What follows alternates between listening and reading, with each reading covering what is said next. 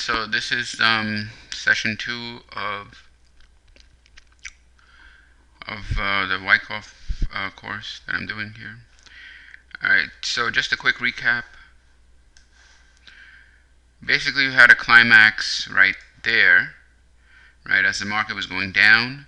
And as there was a climax, there was volume off the bottom, meaning on the intraday basis, there was right here, when the climax occurred, on this bar, there was a lot of volume that came from the bottom, from the low. So the market is going down, down, down, down, down, down, down, and as you can see, the volume is increasing. Now the key change in behavior over here is that from these lows, there was a lot of buying activity. There was a lot of buying orders. There was a lot of demand. So that demand off of a climax low was the first buy point that Wyckoff had talked about. This is a Wyckoff, in his own words, said this was the first place to buy. He bought the climax only because right after the climax there was heavy demand from the lows on an intraday basis. That demand was bigger than he had seen in this down move, and most of this volume that you see here, 5 million shares, a significant part of it was part of that demand. In fact, it was so much so that the bar became a green bar, closed high end, and it was it was basically, it would be a green bar, right? So he's saying that, yeah, this is a buy if you can get in near the climax lows. And the only way you can do that is on an intraday basis, because at the end of the day, the print is up here. You can't buy it there. But on an intraday basis, say an hourly or 15-minute, this thing would have reversed on heavy volume up here, and he's ready to buy on an intraday basis. Alright, so that's an important point. Then after that, he's talked about the second entry. The second entry came after the market started pulling back. So, started doing this, what looks like an ABC correction. And in this, he made a couple of points. He said that he was going to go long right here. Why? Because the last 3 days that you see here, the closes are clustered, indicating that the market is losing selling pressure. Selling pressure has evaporated, it has abated, it has lessened. Selling pressure has decreased. Well, how do you know this? Because the closes are clustered, and the net change of these 3 days is very little, meaning it's not making any more downside progress. The net change is not that much. Why? Because selling has abated, it has declined, it is finishing. That's reason number one. Reason number two is, if you take a look at the volume from the top to the bottom, it's going down. Alright, so selling is tapering off. When you see selling, for example, in this bar, or let's see, where was the first? Right there. There was 2 million. There's 2.5 million. Then it dips down to 1.5 million. Then it dips down to about almost 1.9 million. Then it dips down to only 1.25 million. So it's basically, if you would draw like a trend line or something on the volume, if you draw that, what you'll notice is many times the pullbacks, at the start of the pullback, you have more volume. At the end of the pullback, you have lesser volume. So what's going on, the volume is decreasing, decreasing, decreasing as price is going down on the pullback. So that was his reasoning for going long. Also note, so he's taking clustered closes, the low volume from the start of the pullback to the end of the pullback. He's also noticing that it's part of the end of the reaction. It's not like the first bar or the second bar. There are multiple bars here. There are multiple bars here, and it is a significant reaction. relative to the start of the rally, like from down here. It is a significant reaction. So putting all of these clues together, he's saying that selling pressure is abating, and he's ready to go long. So, for example, it says our next buying opportunity when the market completes 3 days of lower support, but the closes on each of these days are between 140 and 141, showing that the selling pressure is losing force because the closes are within a dollar range. The net result of these 3 days pulling and hauling is to leave the average almost unchanged, following a considerable reaction.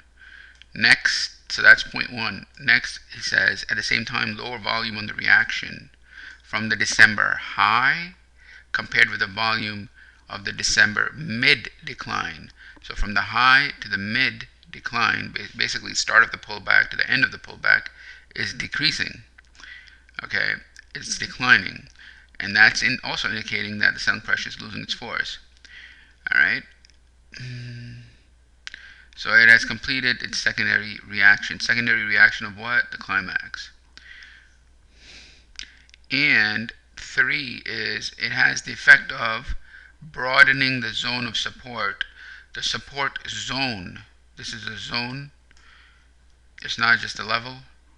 It's a zone is between 136 and 140. 136 and 140 is about the climax low to the secondary test low.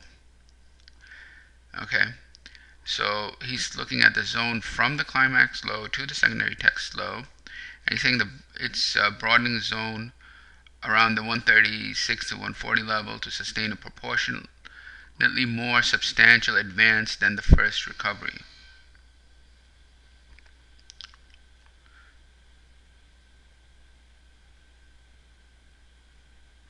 We either buy on this reaction if we missed our first opportunity, or add to our holdings. And the average is on the springboard. So basically, he's taking a look at this entire quote-unquote zone. The way this would look on a point and figure would be like a bunch of X's and O's over here, and then it would be a rally, and then it would be coming right back down, forming a whole bunch of X's and O's across this area. Right here. In fact, like, let me just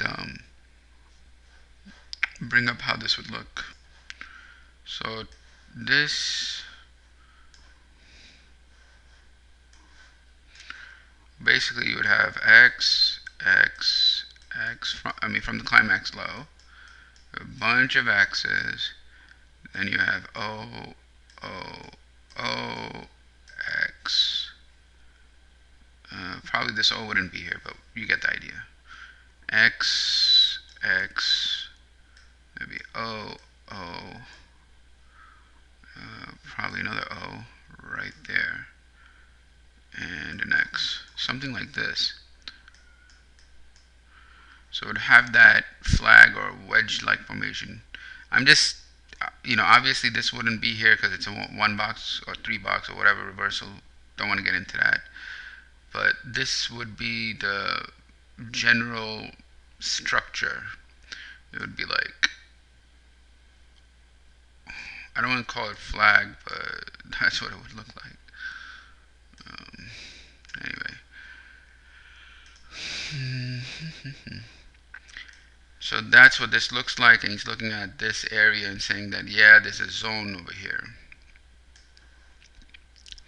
And that creates the base for much higher prices. And then finally, the third point here is that he's ready to buy the new high. The new high is just a higher high, but there's going to be more risk. So that's a brief recap. Now we're going to continue to the next part. Here it says, remember that we are now studying the average or composite price of 50 stocks, which is our chief guide as the direction of the trend. It is impractical for us to operate in all of these 50 stocks at the same time. I want to point this out. The reason why I'm pointing this out is because it's not impractical today.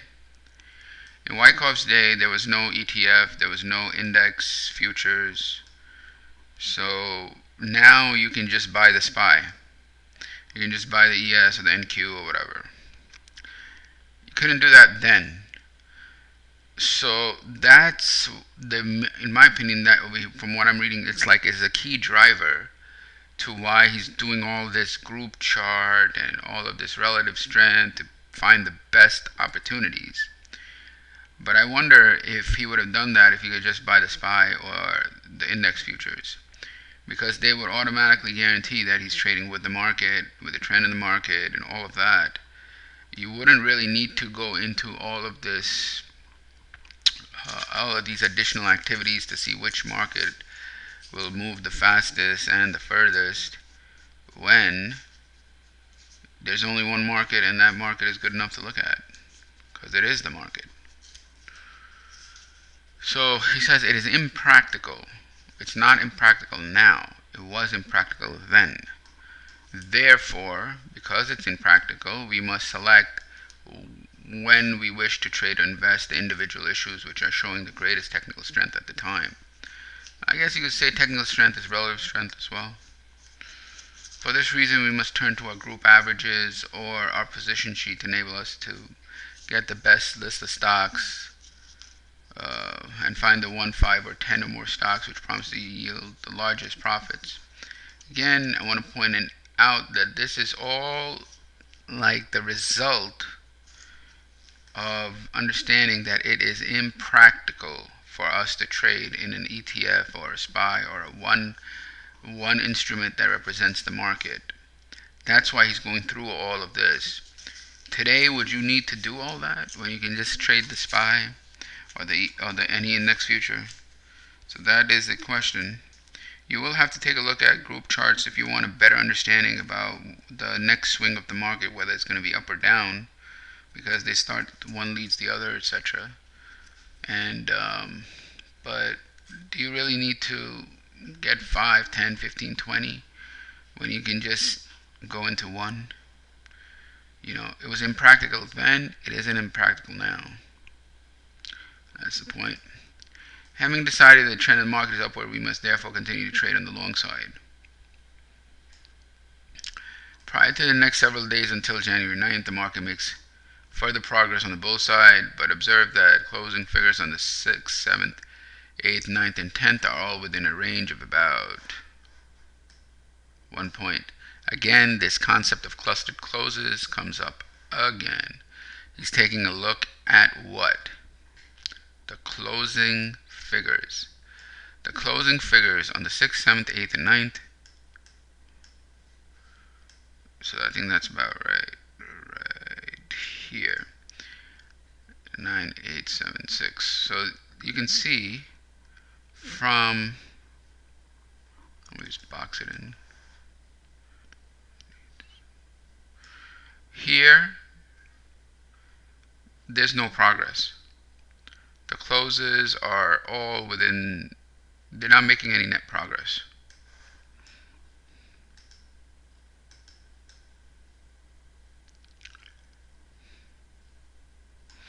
What about the volume? Let's take a look at the volume too. He says that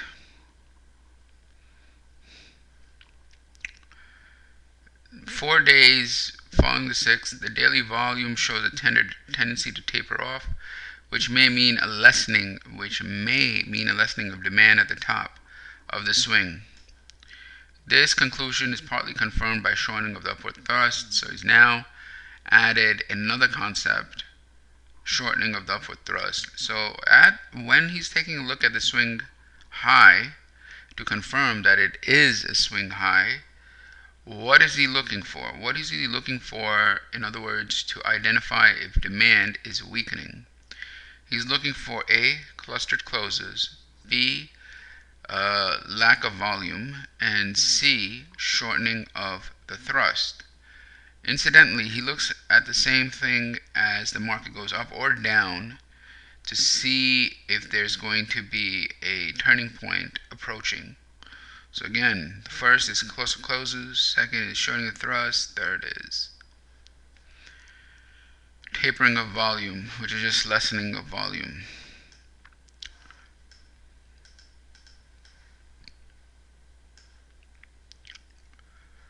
And he says,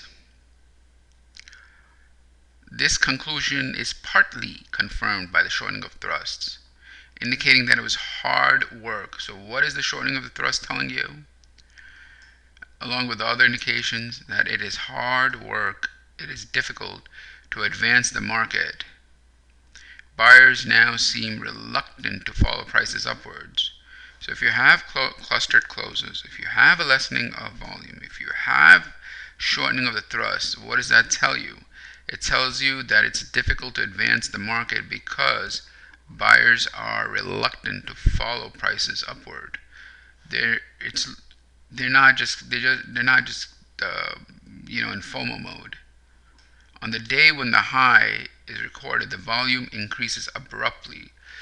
Alright, so as it is difficult to make that swing high, you have right there the volume increases. So right here you see the increase from about 1.9 million to about 2.9 million.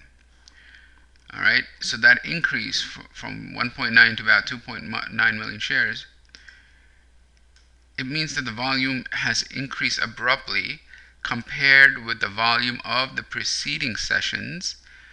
At the same time, the price runs up to a new high only to close near the day's low. So what is he looking at? He's looking at, so say you're looking at the clustered closes, you're looking at the volume tapering, you're looking at a shortening of the thrust, and all of a sudden you have this one bar relative to the prior bars shows an expansion in volume, an expansion in even range, and a low end close which is lower than 1, 2, 3 prior closes. So what is that telling you?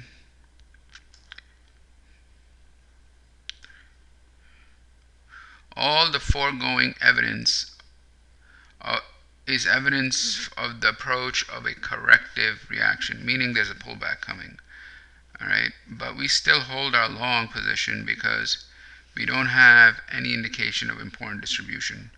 So the clustered closes, the tapering volume, and the shortening of the thrust all mean that buyers are not buying the new highs. After that, all of a sudden there's an increase in volume and a low end close. That tells you that, together with the background of buyers not willing to buy newer highs, is telling you that there's going to be a pullback or a corrective reaction.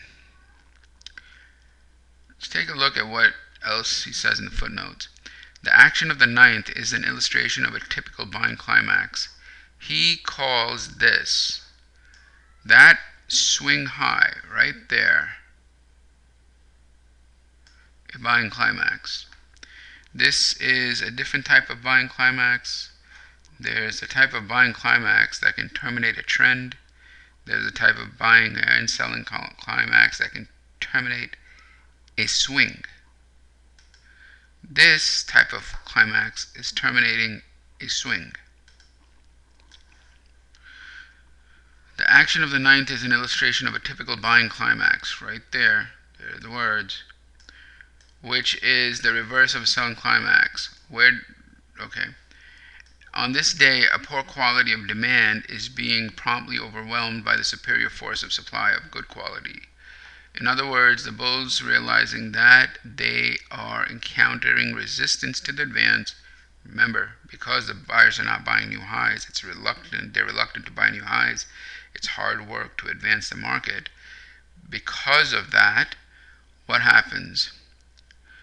The bulls, realizing that they are encountering resistance to the advance, or that the buyers are reluctant to buy these highs and chase price further, break the stalemate of the 6 to the 8 by bidding prices up to attract those buyers who were too timid to come in before the advance to 155, but who now have FOMO and fear that the market may get away from them because the market is making a new high. Thus, there is a concerted rush of public demand which gives the larger and shrewder operators their opportunity to dump part of their lines on a broad and active buying wave. Broad and active buying wave made to order for the purpose. So what is he saying? He's saying that the bulls were advancing the market, and at around this point right here,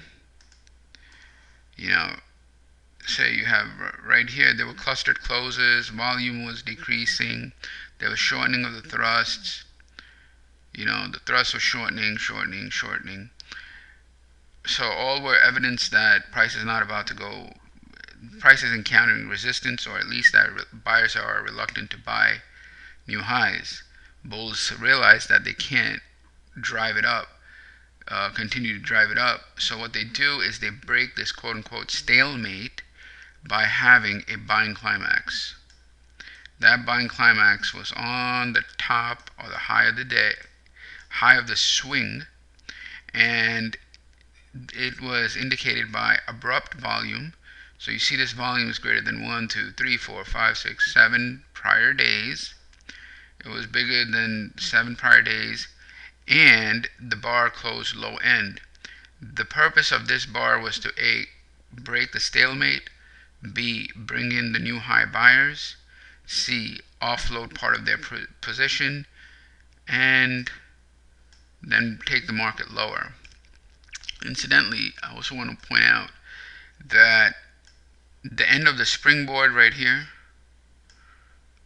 like it's subtle, but right here, the end of that springboard also has a climax. It's not, this is more of a swing climax, and it's just high volume that terminated the swing, which is bigger than the 1, 2, 3, 4, 5. I think 1, 2, 3, 4, 5, 6, 7. It's bigger than the last 7 bars. The volume on this last day, where you see this little bar with big volume, has more volume than the last 7 days. Similarly, this bar that is a buying climax, a minor buying climax that terminated the upswing, has also bigger volume than the last 7 bars. What's different is that it was preceded by clustered closes, lowering of volume, tapering of volume, and shortening of the thrust, indicating that buyers are reluctant to buy at higher prices. And the purpose of this was to drive prices high enough in order to offload part of the inventory. And that terminated the upswing. All right.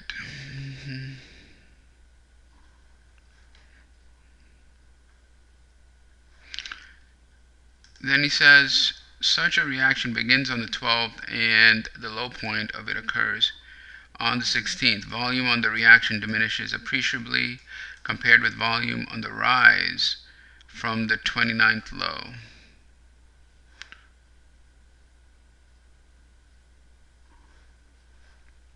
So he's just saying that it's a low volume pullback. That's all he's saying.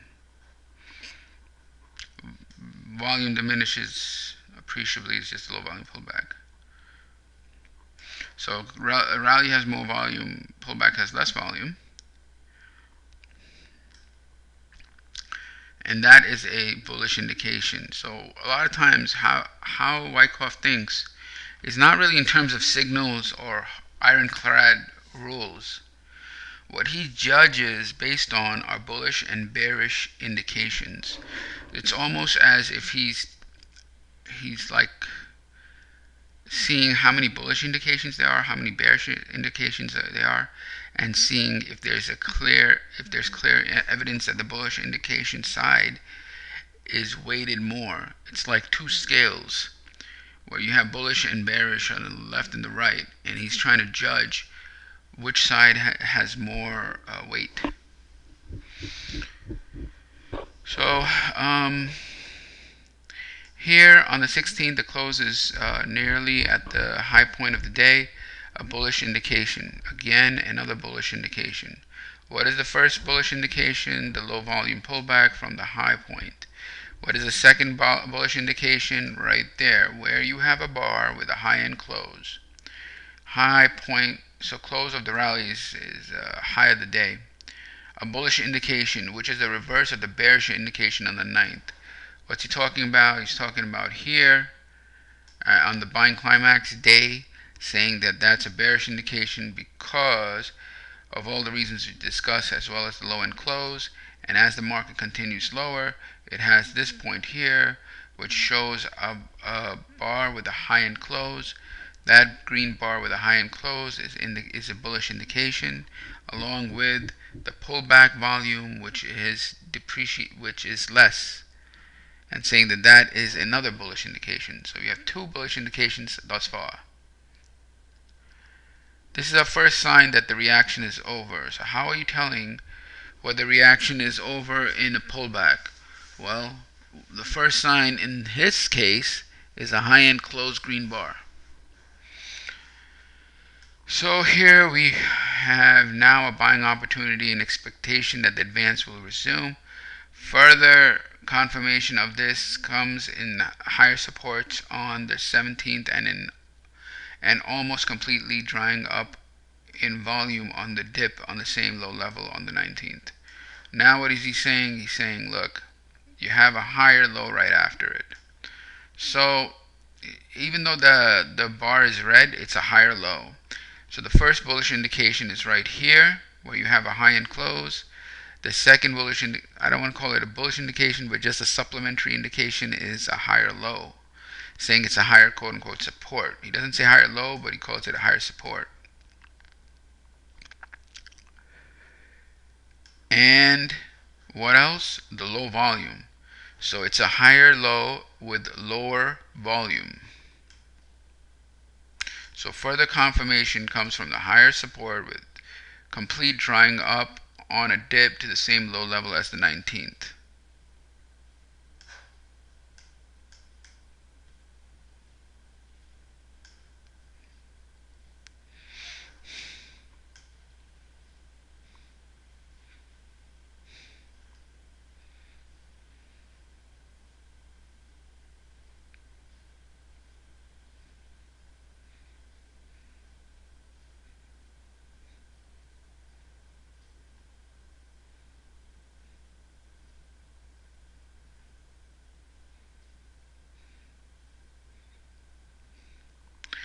And the closing prices of the 15, 16, 17, and 19 show support within a narrow zone. So again, he's looking at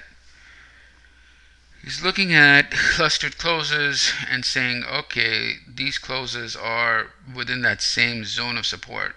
This is a recurring theme. We saw the same theme here, where you have 3 days of closes making very little net change. Same theme here, where you have multiple days showing a lack of net change.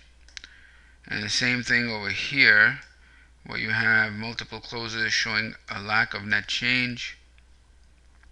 So he's looking for, I mean, it's very obvious what he's trying to do. He's trying to look for, at the end of a swing, try to determine the end of a swing. He's looking at about 3 or 4 things. One is the clustered closes. Second is lessening of volume. Third is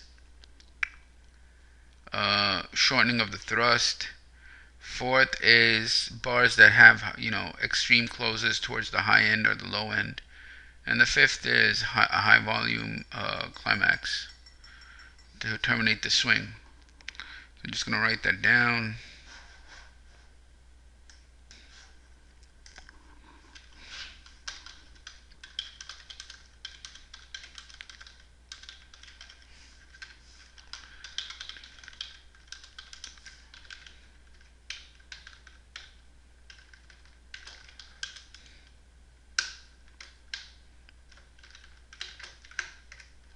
Again, 1,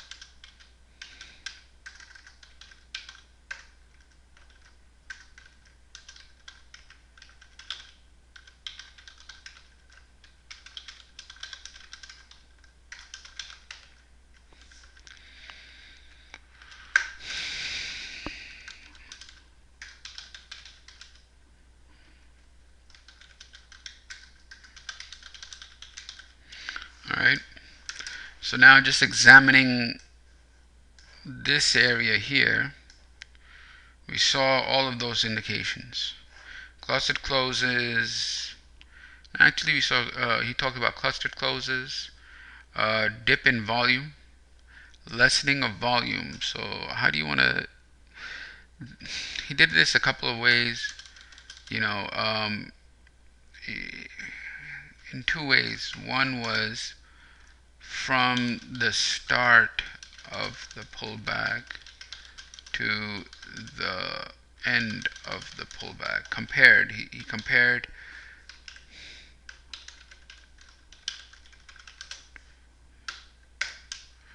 what else? Um, he also used right after bullish indication.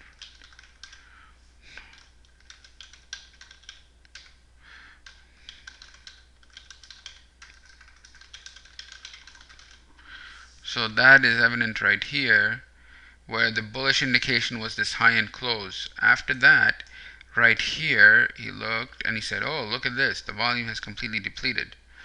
And it had a higher support. So higher support with lessening of volume, bang. And so that's one way he did it. And the other was from the start of the pullback to the end of the pullback, noticing that volume is lessening. So did that. And of course, climaxes to end the swing. And you see multiple examples of this. First of all, this entire trend was terminated by a selling climax. Then you see multiple examples. One of which is here. He didn't talk about, but he talked about similar climaxes later. But here, you actually see the expansion in volume. Some may call this effort reward, because they say, okay, this is a little bar with big volume. Okay, whatever. The point is, it's big volume, bigger than 1, 2, 3, 4, 5, 6, 7 prior bars. Over here, again, there was a stalemate. Buyers were reluctant to buy higher prices, and that climax came in with bigger volume than 1, 2, 3, 4, 5, 6, 7. And then finally, on this, again, you're going to notice that I think right about here, the volume does expand, and that's bigger than 1, 2, 3, 4. So that is also a sign that he's looking for. And right after that, you actually had a bullish indication that came with a high-end close. And that high-end close, he was ready to buy. It was then followed by a higher low with a dip in volume, which is another bullish indication. After that, it just dips a little and then reverses hard. Okay. So what are the indications? This is really important because you're not going to really see this stuff online. People are, what they're propagating online is buying climax, automatic rally, secondary test, sign of strength, phase A, B, C, D, some schematic like that. And have you seen that anywhere in this study? I haven't. So that's not really from Wyckoff. This right here is from Wyckoff. Indications to look for at an end of a swing. Alright, a cluster closes, shortening of the thrust, lessening of volume either at a bar level or from the start of the pullback to the end of the pullback. Extreme closes, meaning the high end close right here, and the low end close right there on that climax day, and the buying climax at swing buying climax day, right there. And climaxes. That's 1. That's 2. Right here. That's 3. Right there. And here is the trend. Selling climax terminating the trend. That's like a major climax. Alright, so these are the indications.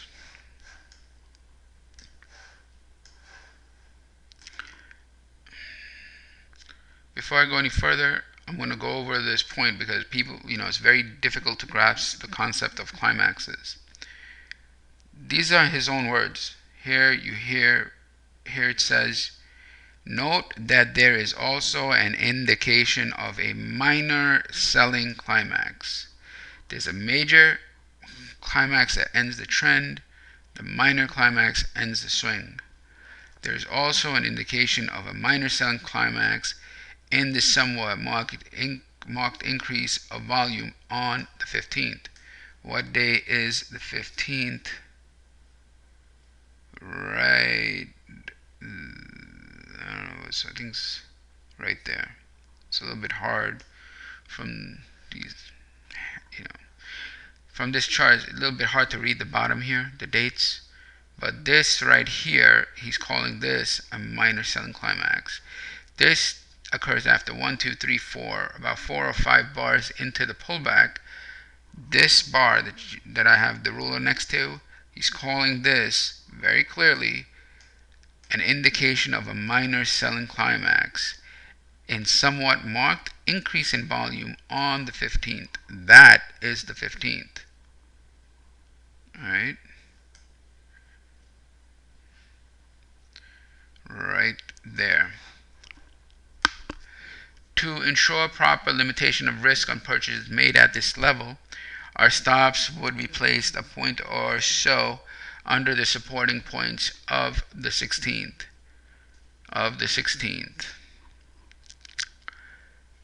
Alright. The stops on new and any previous long commitments should after be raised within a point or so of the January 16th and 19th support level after the rally of the 20th. So he's not going to move his stops until this day. Okay, so let's just go over the risk management piece. Again, to ensure proper limitation of risk on purchases made at this level, our stop should be placed a point or so under the supporting points, support meaning the lows, of the 16th. The 16th is this day where he's ready to buy. So he's ready to buy at this, and he's saying, okay, I'm going to go long. I'm going to place a stop at about a point or about a point or so under the supporting lows of the 16th. Now, I'm not really sure which 16th he's talking about, but if it's the same day, it would be like right there, right around here somewhere. 143, 147. So this would be about 146. So around the 145 level, I think, or something like that. Now, he could be talking about December 16th, like right there. So I'm not really sure exactly which 16 he's talking about. For me, I would just put it right under here. So I know this is a springboard low, and there's a violent rally, like pretty strong with a breakout, etc. So, but he's ready to put it there.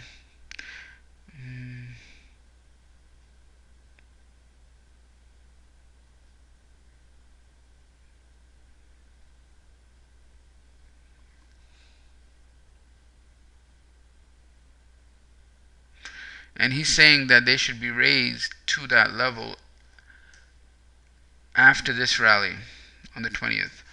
So these stops on these new and any previous long commitments should be raised to within a point or so of the January 16th and 19th supporting level after the rally of the 20th.